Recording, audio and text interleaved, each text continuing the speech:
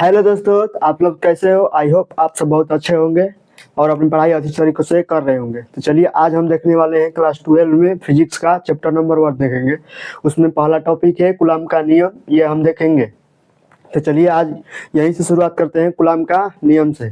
देखिए कूलम्ब का नियम देखेंगे और कूलम्ब का नियम का कैसे उपयोग होता है वो देखेंगे, और कूलम्ब का नियम का जो डेरिवेशन होता है वो करेंगे, कूलम्ब का नियम का जो सूत्र होता है वो करेंगे। तो चलिए आज इस क्लास में हम ये सब करेंगे। तो चलिए करते हैं, देखिए स्टार्ट करते हैं हम क्लास को कूलम्ब का नियम से स्टार्ट करते हैं। देखिए कूलम्ब का नियम क्या होता है पहले समझिए। कूलम्ब का नियम में कोई दो आवेश होता है, उन दोनों आवेशों के बीच बल लगता है और वो दोनों आवेश गतिशील में नहीं होना चाहिए। अगर दोनों आवेश गतिशील में होगा तो वहां पर कूलम्ब का नियम कार्य नहीं करेगा। क्या होना चाहिए? दोनों आवेश गतिशील नहीं होना चाहिए, दोनों आवेश क्या होना चाहिए? स्थिर होना चाहिए। तो दोनों आवेश देखिए यहाँ पर दोनों आवेश स्थिर होना चाहिए और दोनों आवेशों के बीच जो बल लगेगा वो जो केंद्रीय बल होगा, केंद्र के की तरफ बल लगेगा। ये जो केंद्र है ना, केंद्र की तरफ बल लगेगा, नहीं कि इसके द्वारा बल इस पर इधर नहीं लगेगा, इधर नहीं लगेगा, इधर नहीं लगेगा, इधर नहीं लगेगा। लगेगा तो बल इसके केंद्र की तरफ बल लगेगा। इसलिए इसके जो बल लगता है उस बल को हम केंद्रीय बल भी कहते हैं। क्या कहते हैं? ये बल ये सब नहीं लगेगा, क्या लगेगा? इसका केंद्रीय बल होता है, केंद्र की ओर बल लगता है, इसलिए हम इसको केंद्रीय बल भी कहते हैं। बहुत लोग इसको केंद्रीय बल भी कहते हैं, तो हम कह सकते हैं केंद्रीय बल भी। क्यों कहते हैं केंद्रीय बल? क्योंकि इसके तरफ क्या लगता है? केंद्र की तरफ केवल बल लगता है, इसलिए हम इसे केंद्रीय बल कहते हैं। तो देखिए कूलम्ब का नियम होता है कि देखिए किन्हीं दो स्थिर बिंदु लिखे है ना, स्थिर बिंदु स्थिर होना चाहिए और साथ में बिंदु आवेश यानी गोलेकार आवेश होना चाहिए, ताकि उसके नाभिक के जो केंद्रीय बल होता है वो उसका नियम का पालन कर सके। तो किन्हीं दो स्थिर बिंदु आवेशों के मध्य लगने वाला आकर्षण एवं प्रतिकर्षण बल, आकर्षण एवं प्रतिकर्षण बल है। तो देखिए ये दोनों आवेश क्या है? विपरीत है। इस पर क्या है? माइनस क्यू आवेश है, इस पर क्या है? प्लस क्यू आवेश है। ये जरूरी नहीं है कि ये दोनों आवेश केवल विपरीत ही हो, दोनों आवेश समान भी हो सकते हैं। जैसे देखिए यहाँ पर हो सकता है माइनस क्यू आवेश हो सकता है, और यहाँ पर क्या हो सकता है? यहाँ पर भी माइनस क्यू आवेश हो सकता है, और इनके बीच की दूरी क्या हो जाएगी? आर हो जाएगी। और दूसरे ये भी हो सकता है, यहाँ पर हो सकता है प्लस क्यू आवेश, और यहाँ पर भी हो सकता है कौन? प्लस क्यूब आवेश। दोनों या तो माइनस प्लस होगा या प्लस माइनस होगा, या माइनस माइनस होगा या प्लस प्लस होगा। जब समान आवेश होते हैं तो उनके बीच प्रतिकर्षण बल लगता है, जब विपरीत आवेश होते हैं तो उनके बीच आकर्षण बल लगता है। तो देखिए ये प्लस क्यू आवेश है, ये माइनस क्यू आवेश है, तो इनके बीच क्या लगेगा? आकर्षण बल लग गया, नाभिक की तरफ लग गया, नाभिक की तरफ। इधर इधर उधर नहीं लगेगा, बस केवल किसकी तरफ लगेगा? नाभिक की तरफ। ये दोनों एक दूसरे को क्या करेंगे? आकर्षण करेंगे, ये आकर्षण बल लग गया। यहाँ पर क्या है? देखिए ये भी माइनस क्यू आवेश है, ये भी माइनस क्यू आवेश है, दोनों समान प्रकृति के आवेश है। तो दोनों अगर समान प्रकृति के आवेश रहेंगे तो इसके बीच कौन सा लगेगा? प्रतिकर्षण बल लगेगा। तो यहाँ पर क्या लगेगा? प्रतिकर्षण। ये इधर बल लगाएगा, इसके इस आवेश के द्वारा इधर बल लगेगा नाभिक के, इसके द्वारा इधर बल लगाया जाएगा। और देखिए ये भी दोनों प्लस क्यू आवेश है, तो इसके द्वारा इस आवेश के द्वारा इस पर क्या लगाया जाएगा? उधर बल लगाया जाएगा, और इस आवेश के द्वारा इस आवेश पर इस दिशा में बल लगेगा। और नाभिकीय बल ही होगा, केंद्रीय बल होगा, नाभिकीय बल नहीं, क्या केंद्रीय बल होगा। केंद्रीय बल यानी केंद्र की तरफ लगेगा, इधर केंद्र के इधर नहीं लगेगा, इधर नहीं लगेगा, इधर नहीं लगेगा, क्या लगेगा? केंद्रीय बल होगा यही। तो चलिए आगे देखते हैं आकर्षण एवं प्रतिकर्षण बल दोनों आवेशों के गुणनफल के समानुपाती। देखिए दोनों आवेश है, इस दोनों आवेश प्लस क्यू आवेश और माइनस क्यू आवेश, चाहे प्लस क्यू आवेश या माइनस क्यू आवेश, और प्लस प्लस या माइनस माइनस, तो दोनों आवेश के गुणनफल के समानुपाती और उनके बीच की दूरी, दोनों आवेश होंगे तो कुछ उनके बीच की दूरी होगी नहीं, तो उन दोनों आवेशों के बीच की दूरी, ये भी यहाँ पर क्या है? ये भी यहाँ पर आर है, और ये बल है, ये भी क्या है? हमारा फोर्स लग रहा है। प्लस क्यू आवेश के जो ये प्लस क्यू आवेश के द्वारा प्लस क्यू आवेश पर लगाया जाए बल लगाया जा रहा है, ये भी हमारा बल होगा, और ये भी बल लगाएगा, और ये आकर्षण बल होगा, क्योंकि दोनों विपरीत प्रकृति के आवेश हैं, इसलिए ये क्या होगा? आकर्षण बल होगा। समानुपाती और उनके बीच की दूरी के वर्ग के व्युत्क्रमानुपाती होते हैं। तो देखिए बीच की दूरी क्या है? आर है, तो इसके वर्ग के व्युत्क्रमानुपाती होते हैं। उसे कूलाम का नियम कहते हैं। देखिए अब ये तो हो गया थ्योरेटिकल फॉर्म हो गया।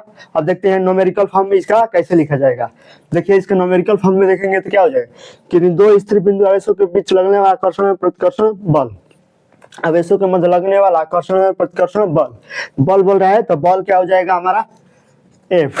बल दोनों आवेशों के गुणनफल के समानुपाती, तो समानुपाती का चिन्ह ये होता है समानुपाती Q1 into Q2। Q1 Q2 बोल सकते हो, इसको Q1 बोल दो या इसको Q2 बोल दो, दोनों आवेश को अलग अलग नाम दे सकते हो ताकि हम आसानी लिखने में यहाँ पर कोई हमें दिक्कत ना हो। इसलिए लिखिए F समानुपाती क्या हो जाएगा Q1 इंटू Q2 हो जाएगा। और अब देखिए Q1 इंटू Q2 हो जाएगा और उनके बीच की दूरी के वर्ग के व्युत्क्रमानुपाती, तो वर्ग के व्युत्क्रमानुपाती यानी F समानुपाती R स्क्वायर हो जाएगा 1/R²। देखिए जब बाटा में होता है वो व्युत्क्रमानुपाती हो जाता है, बस ये चिन्ह समान रहता है, और जो बाटा में हो जाए उसके हम व्युत्क्रमानुपाती बोलते हैं। इस चिन्ह का नाम क्या हो जाएगा व्युत्क्रमानुपाती, और यहाँ पर क्या हो जाएगा समानुपाती।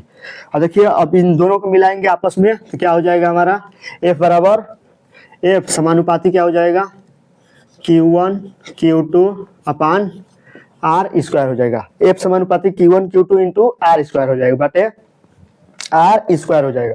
देखिए यहाँ पर समानुपाती का चिन्ह हटाएंगे तो कुछ कांस्टेंट आएंगे ना, तो देखिए हम यहाँ पर क्या मान लेते हैं K मान लेंगे F बराबर K इंटू Q1 Q2 बटे क्या हो जाएगा R²। यहाँ पर हो गया F बराबर K Q1 Q2 बटे R² हो जाएगा।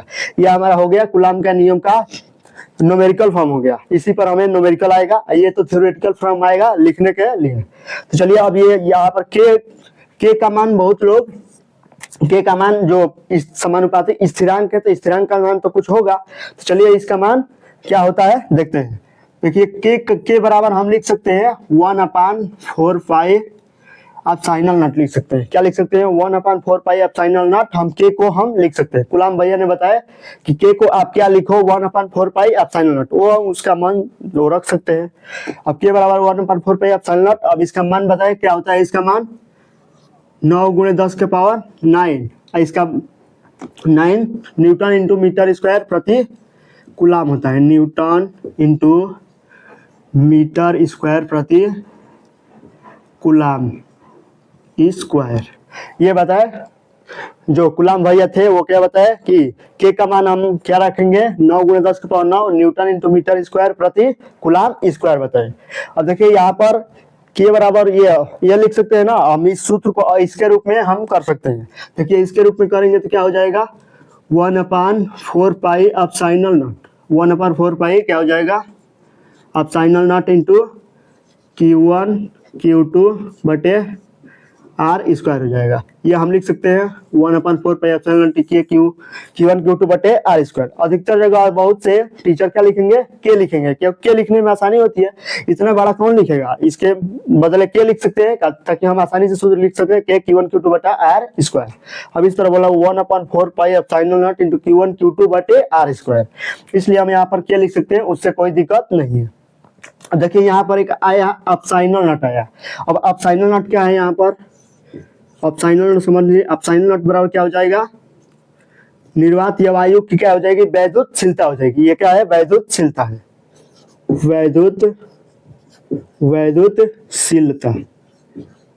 वैद्युतशीलता इसका कहते हैं। एप्सिलॉन नॉट बराबर क्या होता है वैद्युतशीलता, और इसका भी मान कूलाम भैया ने बताया, इसका मान क्या बताया कि एप्सिलॉन नॉट का मान आप याद रख लो क्या हो जाएगा 8.85 इंटू 10⁻⁻12, और इसका क्या बताया मात्रा क्या बताया, इसको पलट दो क्या हो जाएगा कूलाम स्क्वायर प्रति न्यूटन इंटू मीटर स्क्वायर होता है। इसको भी पलट दिए क्योंकि ये देखो बटा में है तो इसको ऊपर ले जाओगे तो ये मात्रक तो पलटेगा ही ना, तो इसलिए मात्रक पलट दिए।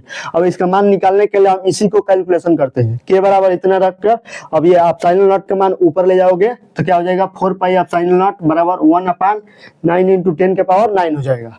अब ये एप्सिलॉन नॉट का मान 4 पाई इधर लाओगे तो 4 पाई लाओगे तो 4 इंटू पाई का मान रख लेना 3.14। अब सब मल्टीप्लाई करोगे तो क्या आ जाएगा एप्सिलॉन नॉट का मान क्या आ जाएगा 8.85 आ जाएगा। ये हमारा मान निकल कर आ जाएगा इतना। इस तरह इसका भी मान हम आसानी से निकाल सकते हैं। अब चलिए आगे देखते हैं। अब इस जो ये फिगर बनाए हैं, ये जो फिगर है, अब इसको, ये तो अभी वायु में बनाए हैं, निर्वात या वायु में बनाए हैं ये फिगर, जिसके लिए के का मान क्या होता है, 1 होता है। इस पर कोई फर्क नहीं पड़ेगा के का मान जब वायु में रखेंगे तो। अब मान लीजिए इसको वायु में ना रखकर हम किसी तेल में डुबो देते हैं, तेल रखते हैं और उस तेल में ले जाकर डुबो देते हैं। जब तेल में ले जाकर डुबाएंगे ना तो उसका कुछ परावैद्युतांक होगा, तो उसका कुछ परावैद्युतांक होगा तो इस पर कुछ, इसमें जो बल लग रहा है उसका मान घट जाएगा, जब बल लग रहा है उसका मान कम हो जाएगा। तो चलिए रखते हैं, यदि के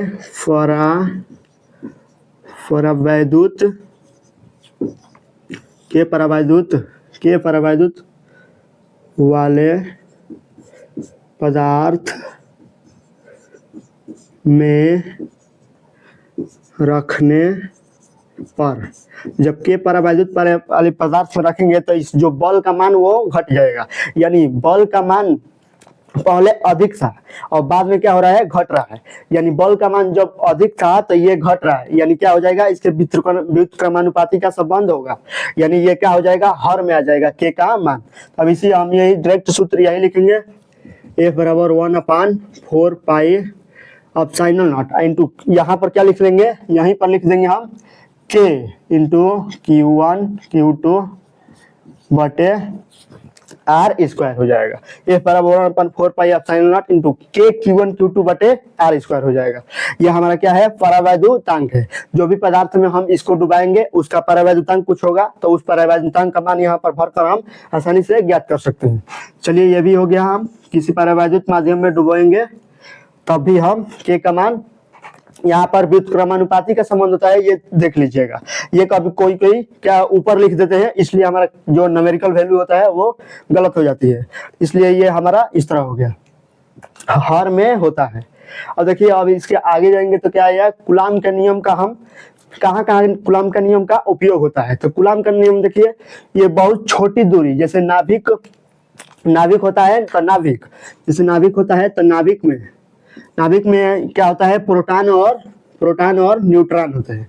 प्रोटॉन और न्यूट्रॉन होते हैं ना, तो अब उसके चारों तरफ इलेक्ट्रॉन चक्कर लगाते हैं, चारों तरफ इलेक्ट्रॉन क्या करते हैं, चक्कर लगाते हैं। जो इलेक्ट्रॉन, और जब इलेक्ट्रॉन चारों तरफ चक्कर लगाते हैं और नाभिक में प्रोटॉन है, तो नाभिक और प्रोटॉन और इलेक्ट्रॉन के बीच दोनों आवेश है, और प्रोटॉन क्या है, धनात्मक आवेश है, इलेक्ट्रॉन क्या है, ऋणात्मक आवेश है। तो इनके बीच कुछ बल लगेगा, वो बल हम कैसे कैलकुलेट करते हैं, इसी हम कूलाम भैया के जो नियम है उसी की नियम से हम इन दोनों आवेशों के बीच लगने वाले बल की गणना करते हैं।